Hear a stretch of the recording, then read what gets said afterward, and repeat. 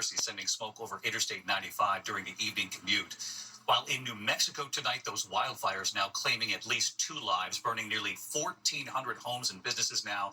The governor there issuing a major disaster declaration tonight. President Biden sending in federal help. We have several more days of this. Ginger Z is here with the forecast and the storms now, as I mentioned, from Detroit right into the Northeast. And the images coming in tonight as well. ABC's Stephanie Ramos leading us off right here in New York. Tonight, in stifling heat, New York City firefighters battling massive fires, with more than 127 million Americans under heat alerts coast to coast. The firefighters have extended aerial ladders on 3 sides of this fire, just trying to get water down on it. Thick smoke billowing into the air in the Bronx, several businesses damaged.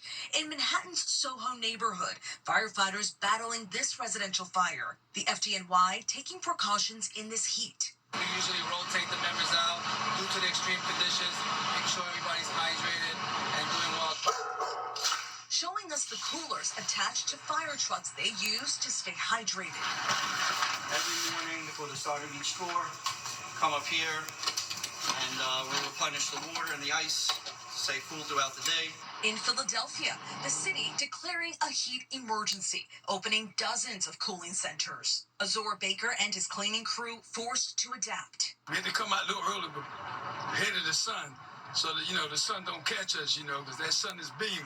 Amid these high temperatures tonight, major disruptions along the nation's busiest rail corridor.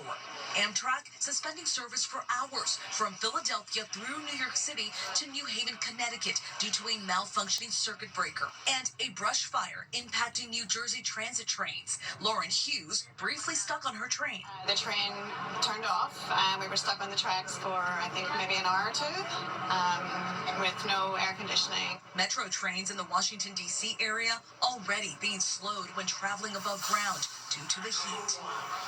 And David, here at a packed Penn Station, we have just learned Amtrak has resumed service along the busy Northeast corridor, but Amtrak is warning commuters of significant delays. And David, this potentially life-threatening heat is far from over here in New York and across the country.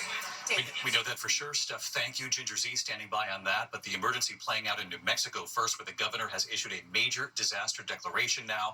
President Biden sending help tonight. The fires have turned deadly. Hundreds of homes and buildings gone. Here's Kana Whitworth on that. Tonight, with fires raging out of control in New Mexico, President Biden approving a major disaster declaration for the state, sending more federal help for devastated communities. More than 23,000 acres have burned, and there's still 0% containment. At least 1,400 buildings destroyed near the town of Ruidoso. And tonight, we're hearing from the family of Patrick Pearson, a grandfather who couldn't escape the flames because of a broken leg. It's heartbreaking to know that he didn't make it, to know that he was trying to run for his life, trying to get away from the fire.